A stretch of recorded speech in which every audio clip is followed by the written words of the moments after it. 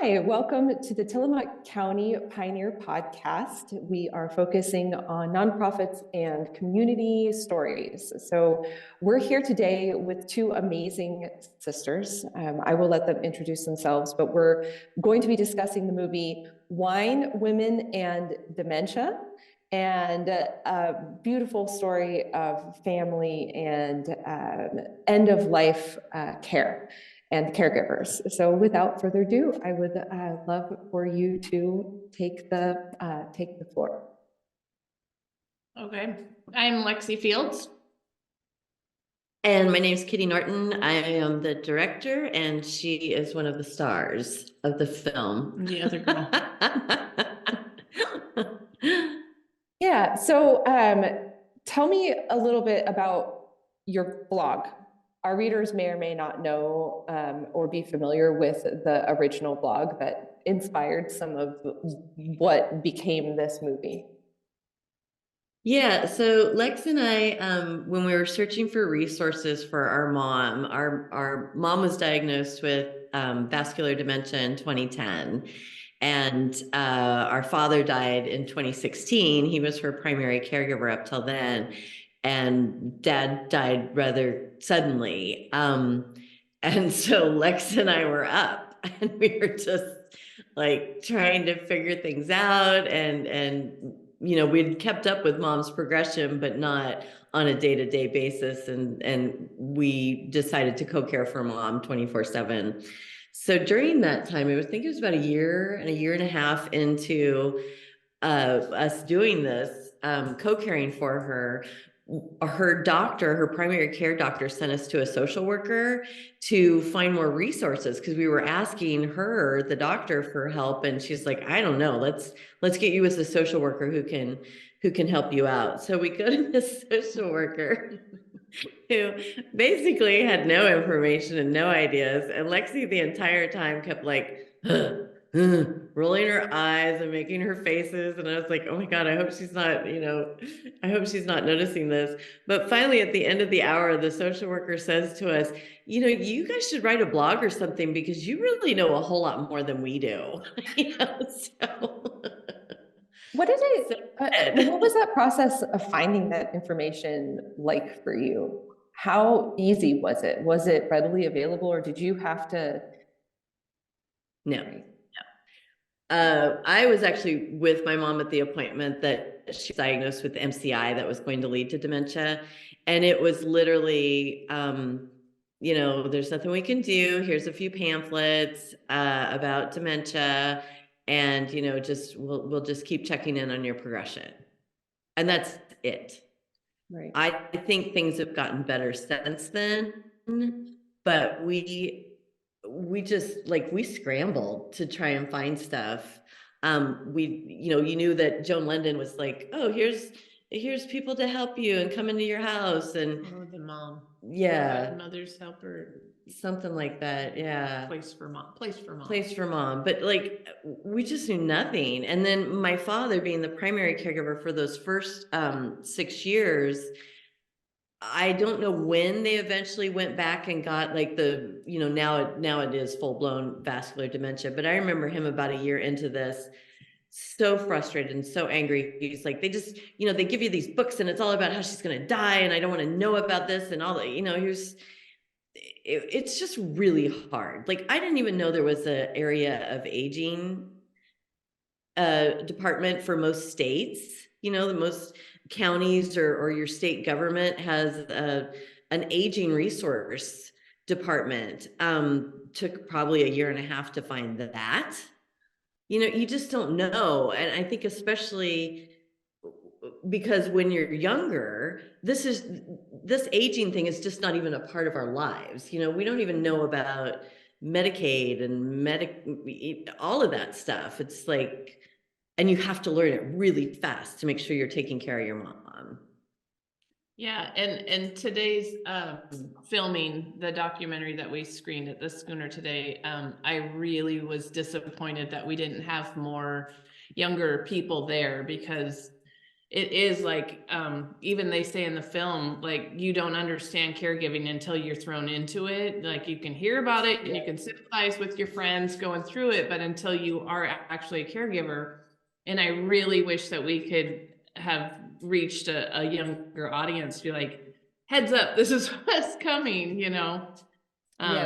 Because it is hard to find resources, and if you're not already connected with somebody and you get thrown into that situation, you could be starting at square one all over again if you don't know.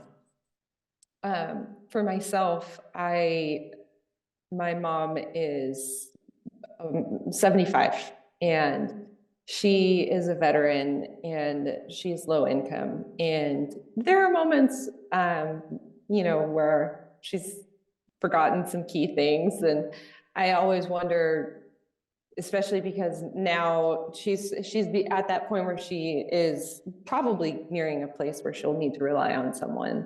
And finding resources for her has been really challenging. So I'm glad that she has all her faculties, but I think some of those moments where you were questioning, like, well, is it the drinking, or is it just normal forgetfulness, and the conversation around what's normal and what isn't? I think for myself, I've certainly had that moment of, I wonder if this progresses, what 40 years from now might look like if I'm blessed enough to live there. But how do you see, I mean, you're right, there was a certain demographic of the audience. What do you see the role of young people now? I mean, there are many people who are nearing the age of becoming caregivers, people around my age, and none of us really know what to do either. So what would you suggest to them? Well, for one thing, I don't know, Lexi hasn't stayed in the dementia space that much. I don't know how much you've seen, but I've seen it be extremely different than when we took over in 2016.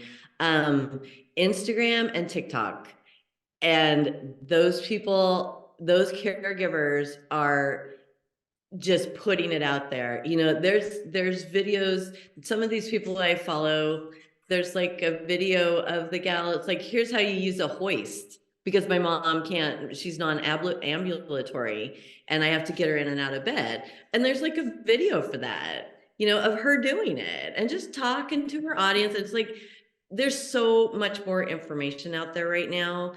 And the millennials, I think it's funny because we've followed the baby boomers our whole lives, and they've always made these big changes. Like, you know, nobody had Viagra until 40-year-olds couldn't have sex anymore. And then the boys all decided they needed a drug for it. And that's why we have all this plastic surgery, is because the ladies got older and went, hey, you know, we want this. I think they're going to change how dementia works too. I don't think the baby boomers are going to put up with this. And then we've got the millennials who never shut up about anything, and they're not shutting up about dementia either. You know, they're really open about what they're going through. So things have already changed as far as I can see, and I think they're going to continue to change. So we can still go for that cure, but caregivers being quiet and silent and not talking and telling their stories, I think is over. That's a really great point, to share stories. And I think that's what hit home for me, realizing, oh, I think there are people within my own community that are struggling with similar things, and none of us really talk about it. I think we're all just very busy living, trying to balance the caregiving, but also the, I guess, the basic day-to-day needs. So what I really found touching about your film was that you managed to stay kind and gracious and charming. And the moment of, oh my God, I yelled at my mom. I've had that. So I understand that. And I think it was you know, you managed to portray something that's very human and it's going to touch all of us at some point in our lives. And the loss of a parent is never easy. So what are you finding when you did your travels and your tour? What did you find as just the most common theme throughout humanity? What's tying us all together? Because we all live very differently, but we're all going through this. What is the thing that's uplifting people and making them happy even when they're going through these hard things? Booze. That's why it's called Wine, Women, Dementia. Yes, thank you. I like it. Make sure you got plenty of boozes. One of there, I think, is a lot to be said for that. I would say for those of us that don't drink, maybe food is good too. Yeah. For me, we were all ready to talk. You know, I mean, I can't speak to humanity as a whole, but I think when you're in something that's so very difficult and you don't have an outlet, like if I hadn't had Lexi, I don't know what I would have done. That pressure just builds and builds and builds. And when you have people that you can talk to about stuff, even like my girlfriends, you know, they're not going through it, but I'd be like, hey, you're drinking my wine right now, so you're gonna have to listen to my stories, you know. I think that's the community. It was just having a sense of community was so important. What do you think? And well, yeah, I agree with that. And having the blog was an outlet for people that didn't necessarily have a partner to go through it with or friends that understood it. That was their chance to come on, even if it's online and you don't see face to face, that's their chance to like let it go or go, oh my gosh, that happened to me too. So I think it's the opening up and having a community there that is what is binding people from all different walks of life and socioeconomic status and all that other kind of stuff. So I think it is the avenues to conversation, however they find them. The connections. Yeah, I want to add something too, that you hear this a lot from the medical community when you're like, hey, mom's doing this, is this normal? Or hey, my husband's, what's that about? Is that normal? Yeah. And the pat phrase that you get back is, well, every dementia person's different. And it's like, that is such bullshit. Like, yeah, all brains are unique. All brains are going to be attacked in a unique way. But what I got so frustrated with is nobody was talking about the similarities. It's like, instead of giving you an answer to your question, yeah, sometimes they carry their poop around and put it in different places besides the toilet, you know. Don't worry, it's kind of normal, you know. Nobody would tell you anything like that. So we're constantly, as caregivers, we're constantly being deprived of information. So we don't, you know, you're kind of embarrassed to tell people, my mom takes her poop out, yeah, you know? Yeah. But it turns out everybody's like, oh yeah. Yeah, that's a thing. Oh, yeah. And that very true. And I think we were talking about that after the screening today, about that there was, I don't know if there still is, I think there still is probably, but there was like a stigma attached to it, and you were embarrassed by it. And the patient was embarrassed by it. The family was embarrassed by it, you know, and you didn't want to tell your friends. But I know in my experience, our father was embarrassed by it. Or I don't know if he was embarrassed, but he didn't want anybody to know what was wrong. Right. And so once I started to speak about it, and it was after my dad had passed and I had become a caregiver and I had to explain to my employees why I wasn't there all the time. It was funny because we would sit around the fire table at the end of the night and I was like, oh, my mom has dementia. And everybody around me would pop up with like, oh yeah, my grandma had that. Everybody's younger than me, but you know, my grandma had that, or you know, blah blah blah, and my friends going through that or something, you know, and it was like, wow, I had no idea, you know, because nobody was talking about it. Right. I think that you're bang on. It's not exactly embarrassment. It's just it's almost, I feel like we're afraid because it's so close to loss, maybe. And it's like right in your face, like, oh, I can't deny it. That's that's towards the end, and no one wants to lose the people they care about. So, in terms of seeing yourself and seeing what, I mean, are you afraid? Because I've certainly looked at my own self and thought, what if that happens to me? Like, what will happen to me? Like, I mean, will I even be present enough to care if anything happens? What are your thoughts on that? Do you really want to know? Yeah, I really want to know. Yes. I'm in the boat of big party. Thank you. Good night. I don't want to burden my family with it, and I don't. Yeah, I don't know. That's my honest answer. She knows if I don't have it and I'm her caregiver, I will torture the shit out of her. I actually have a very different response. I was terrified of dementia for so long. Like, I thought that was the worst way you could possibly die. And then Dad died of pancreatic cancer 3 weeks from diagnosis to death. And that left so many things unfinished, unsaid. Yeah, I wasn't there for him like I was for Mom. I didn't get to do the things for him like I did for Mom. And maybe if I would have been home instead of I was living in LA at the time, maybe he would have had more time to go take care of himself, to go to the doctor, to figure out what this really was. And maybe he would have had a couple more years, you know, but he didn't.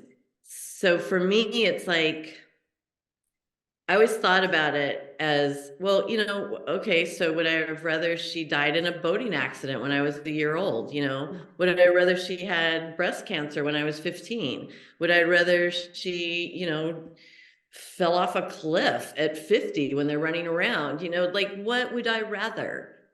Or would I rather she have a very long and difficult disease, but I get to do everything I can for her? And frankly, I would rather none of those. I wish Mother never died. Right. I could just have her forever, but that's not how it works.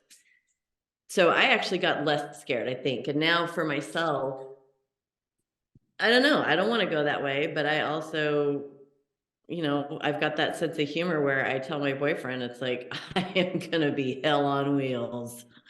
Either way, no matter what happens. I'm going to dementia like nobody else. So, yeah. That's really beautiful. What is the next? I mean, you're both clearly talented and very caring, and care about this issue a lot.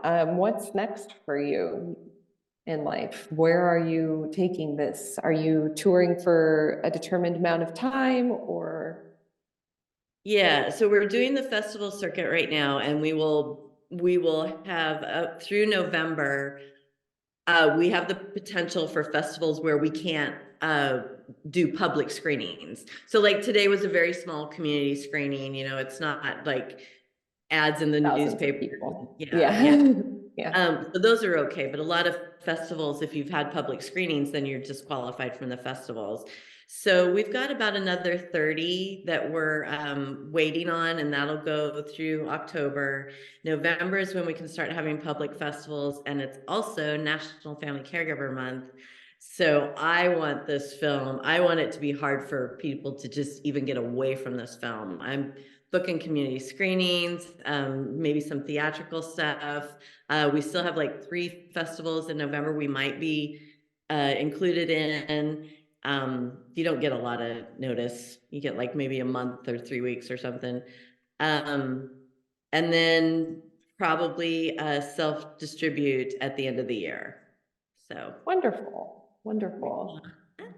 Well, I would love to leave our audience with a happy message, something that is uplifting and positive. I always try to let the guests kind of take this moment to, if the audience only walks away with one thing, what's that one thing that you really want to share with them?